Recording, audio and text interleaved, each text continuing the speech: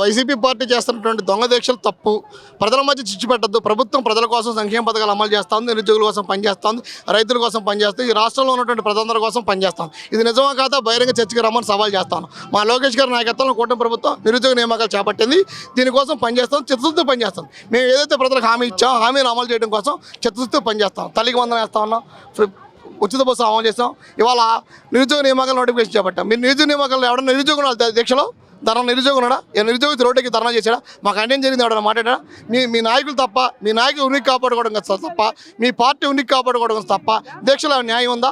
ఇవాళ మీరు ఇలాగే మాడితే, ఇవాళ లోకేష్ గారిని చంద్రబాబు గారిని ఎడ్డుదిరి మాడితే ప్రజలందరూ చెప్పుతో కొడతారు మిమ్మల్ని.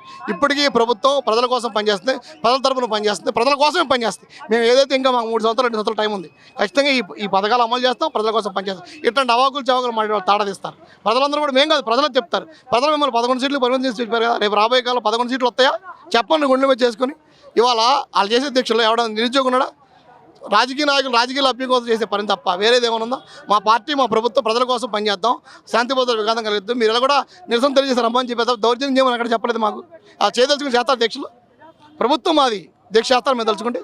అలా కాదు, మా శాంతి భద్రతలు కోరుకున్నాం. మేము నిరసన తెలియజేయడం, నిరసన ఎందుకు తెలియజేస్తాం? చంద్రబాబు గారిని లోకేష్ తిడితే, అన్యాయంగా మాడితే, అబద్ధాలు మాడితే తెలియజేయడానికి వచ్చాం తప్ప వేరేం కాదు. రాబోయే కాలంలో ఇప్పటికైనా బుద్ధి తెచ్చుకోమని చెప్తాను. చంద్రబాబు గారు లోకేష్ గారు నాకైతే కూటమి ప్రభుత్వం ప్రజల కోసం పనిచేసింది, అన్ని పథకాలు అమలు చేసి మీరు ఎన్ని చెప్పినా అమలు చేస్తాం. అలాంటి దాడి చేస్తే ఇక్కడ ఎందుకు ఉంటాం? ఖచ్చితంగా దీక్ష పట్టించేవాళ్ళం కదా. ఇవాళ శాంతి భద్రత విఘాతం కలగకూడదు. మా చంద్రబాబు గారి నాయకత్వం జరుగుతుంది. శాంతి భద్రతలు కాపాడాలి, ప్రజాస్వామ్య పరిరక్షణ ధర్నా చేయాలి. ధర్నా చేస్తాం, మేము నిరసన చేస్తాం. అదే మేము చెప్తున్నాం. అవాకులు చవాకులు మాడదు, అబద్ధాలు చెప్పొద్దని చెప్తున్నాం. పైన వైసీపీ నాయకులు తప్పుడు ప్రచారాలు చేస్తున్నారు. వీళ్ళ 5 ఏళ్ల పరిపాలనలో ఎప్పుడైనా సరే ప్రభుత్వ ఉద్యోగాలు కల్పించారా?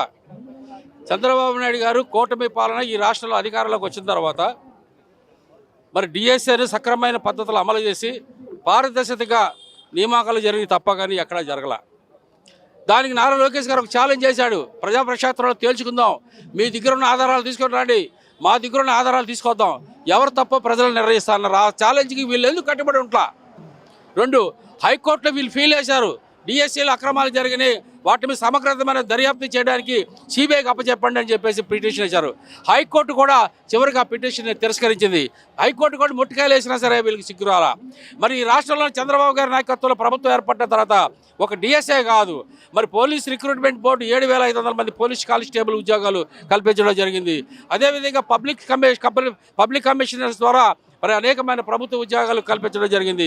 ఈ రాష్ట్రంలోనే పారదర్శకమైన పరిపాలన సాగిస్తున్న వ్యక్తులపైన ఇలాగ తప్పుడు మాటలు పెట్టి డిఎస్ఐలో ఏదో అక్రమాలు జరిగిపోయిన తప్పుడు వార్తల్లో రాజకీయ మనుగడ కోసం, వీళ్ళ పార్టీ మనుగడ కోసం ఏదో రకంగా ప్రజల్లోకి వెళ్ళాలని దురాలోచనతో ప్రజల్లోకి వస్తుంది తప్ప ప్రజలు మాత్రం వీళ్ళ మాటలు నమ్మే పరిస్థితి లేదు. ఇవాళ రాష్ట్రంలోనే ప్రజాపాలన సాగుతుంది, ప్రజాస్వామ్య పరిరక్షణ ప్రభుత్వం అవుతుంది. మేము నిజంగా ఈ యొక్క శిబిరాన్ని అడ్డుకోవాలనుకుంటే మాకు పెద్ద పని కాదు. విజయవాడలో ఉన్న మా వాళ్ళందరూ పిలిచి ఈ పాటికి వెళ్ళి తల్లి తరుముకునే వాళ్ళం.